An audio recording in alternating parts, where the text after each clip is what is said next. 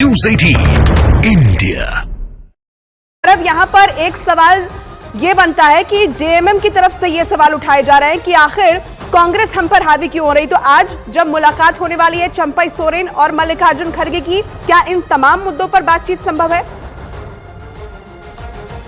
बिल्कुल, जब भी कोई राजनीतिक पार्टी और राजनीतिक दल के बड़े नेता आपस में मिलेंगे तो निश्चित रूप से लोकसभा की सीट पर तो चर्चा होगी ही, इसके साथ साथ झारखंड में मौजूदा स्थिति पर भी चर्चा होगी। ये मौजूदा स्थिति पर चर्चा इस वजह से होगी क्योंकि झारखंड के पार्टियों के बीच जो भी आंतरिक कलह बन रही है उसकी जड़ें कांग्रेस बन रही है। कांग्रेस इस वजह से, क्योंकि 12 विधायक तो कांग्रेस के नाराज चल ही रहे हैं, बैद्यनाथ राम भी इस वजह से नाराज, यानी जेएमएम के जो विधायक हैं वो भी इस वजह से नाराज है क्योंकि उनका भी आरोप है कि कांग्रेस के वजह से ही हमारे जो कोटे के हमारा जो पक्ष था, यानी हमें जो मंत्रिमंडल मिलना था वो कांग्रेस के कहने पर काटा गया। तो अब देखना होगा जब आज चंपई सोरेन मल्लिकार्जुन खड़गे से मिलते हैं तो उस दौरान क्या कुछ होता है। इसके अलावा जब हम बात करते हैं सभी 12 विधायकों की, तो 12 विधायकों को बातचीत करने के लिए उमंग श्रृंगार को वहां ऑब्जर्वर बनाया गया है, यानी दिल्ली में उमंग श्रृंगार ऑब्जर्वर के तौर पर होंगे और सभी 12 विधायक यानी 8 विधायक जो अभी गए हुए हैं, अगर 4 आज जाते हैं तो वो 12 संख्या होती है, और सभी वहां उमंग श्रृंगार उनसे बातचीत करेंगे।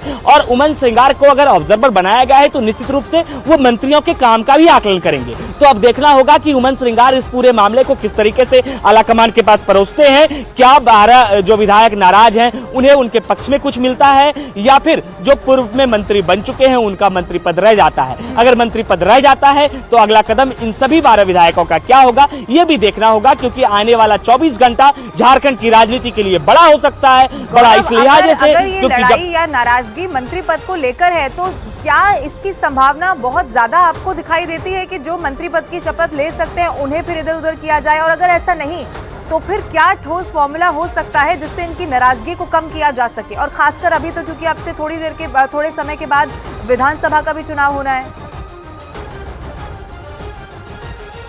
कि जिस तरीके से झारखंड की स्थिति है, अब सिर्फ 6 महीने का वक्त है, यानी जो भी मंत्री पद पर बैठे हैं उन्हें 6 महीने का ही समय अब है, वो 6 महीने तक ही अपना मंत्रालय चलाएंगे। लेकिन इस 6 महीने के दौरान इस तरीके का कलह अगर झारखंड की राजनीति में होता है तो निश्चित रूप से इसका असर सबसे पहले तो लोकसभा के चुनाव पर पड़ेगा, क्योंकि जब लोकसभा का चुनाव होना है उससे पहले अगर 12 विधायक नाराज रहते हैं, और सभी 12 विधायकों ने कहा है कि झारखंड में विधानसभा का सत्र 23 तारीख से शुरू होने वाला है, अगर उस तारीख तक उनकी बात नहीं मानी गई तो वो विधानसभा नहीं पहुंचेंगे। और अगर वो विधानसभा नहीं, नीरज भी हमारे साथ बने हैं, नीरज का रुख कर लेते हैं। नीरज, देखिए जो 12 विधायकों की नाराजगी की बात सामने आ रही है, ये कोशिश है कि मना लिया जाएगा उनको, आला कमान से मुलाकात भी होने वाली है, लेकिन अगर ये 12 विधायक बागी हो जाते हैं तो सरकार अल्पमत में चली जाएगी, फिर क्या होगा झारखंड में? जरा ये भी दर्शकों को बताइए, क्या कुछ संभावनाएं वहां बनती दिखाई देती है?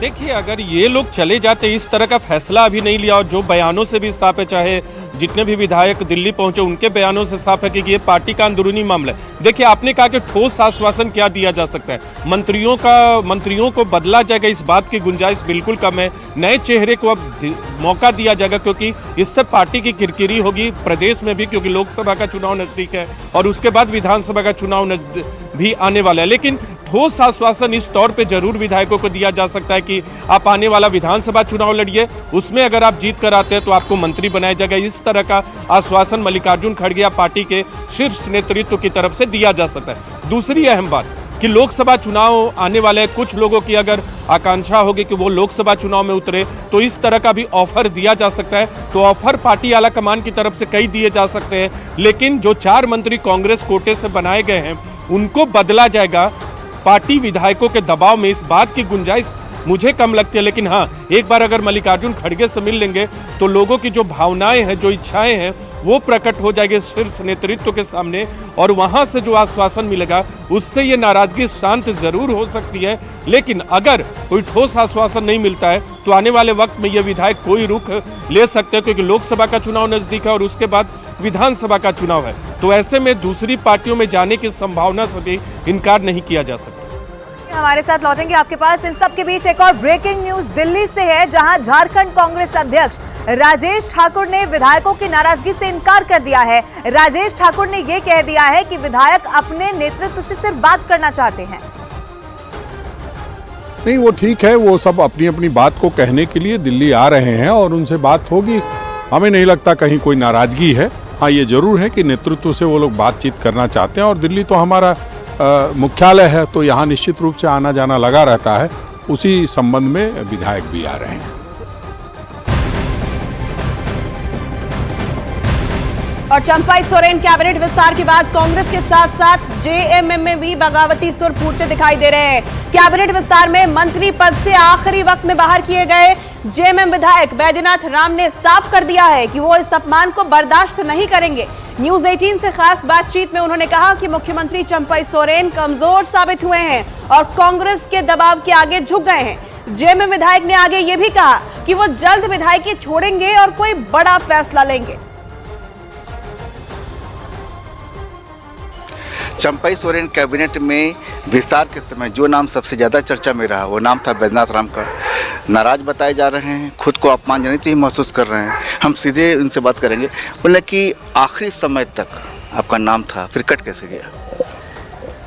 मैं खुद हतप्रभ हूँ इस बात को लेकर कि जब मैं घर से निकल चुका था राजभवन जाने के लिए और इस समय मेरे मन में एक बात चल रही थी कि गुरुजी से मिलते हुए जाएंगे। उसी बीच अचानक से रास्ते में फ़ोन आया सुप्रिया का कि आप सीएम हो चाहिए, कुछ परिस्थिति बदली है। मैंने मुख्यमंत्री से सीधा पूछा कि आखिर ऐसी कौन सी स्थिति आ गई है, बताएं आप। तो उन्होंने जो कुछ बताया उसका लबोलबाब यही था कि कांग्रेस के दबाव में ये कार्रवाई करनी पड़ रही है। मैंने कहा कांग्रेस के दबाव में जेएमएम क्यों? आखिर जेएमएम का मुख्यमंत्री इतना कमज़ोर क्यों हो जाएगा कि उसे कांग्रेस के दबाव में आके अपने मंत्रिपरिषद से सदस्य को वापस लेना होगा? तो ये मैंने विरोध अपना जता दिया है। उन्होंने कहा है, ये भी कहा है कि ये जो निर्णय है वो बहुत गलत है, इसका दूरगामी परिणाम होगा। ये 12वां मंत्री जो था कहीं वो पेंच तो नहीं आया? तो 12वां मंत्री भी हो तो मैं 12वां क्यों? मेरे कहने का मतलब है कल 3 लोगों ने शपथ, 2 लोगों ने नए लोगों ने शपथ लिया, तो मैं ही 13वां। और एक और बड़ी खबर है, कांग्रेस में मची कड़ा पर भारतीय जनता पार्टी ने जोरदार हमला बोल दिया है। बीजेपी विधायक विरंची नारायण ने यह कहा है कि 12 कांग्रेस के विधायक झारखंड को लूटने के लिए मंत्री बनना चाहते हैं। उन्होंने भविष्यवाणी भी कर दी है कि चंपाई सरकार अपना कार्यकाल पूरा नहीं कर पाएगी। आप झारखंड भवन में हैं, नाराज कांग्रेस के 8 विधायक भी दिल्ली पहुंच गए हैं।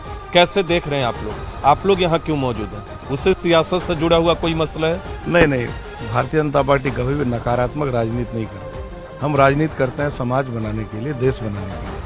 हम तो भारतीय जनता पार्टी के राष्ट्रीय अधिवेशन में आए थे, हमारे सारे विधायक आए हैं, लेकिन जो कांग्रेस का जो नया घटनाक्रम है वो उनके अंतर कलह का परिणाम है। उससे भारतीय जनता पार्टी को कोई लेना देना नहीं है। और मैं एक बात आपको विश्वास के साथ कह सकता हूँ कि ये सारे चोरों का जमावड़ा है जो इंडी गठबंधन झारखंड में है, लुटेरों का, डकैतों का, भ्रष्टाचारियों का।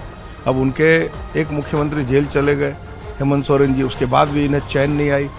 ये 7-8 महीने में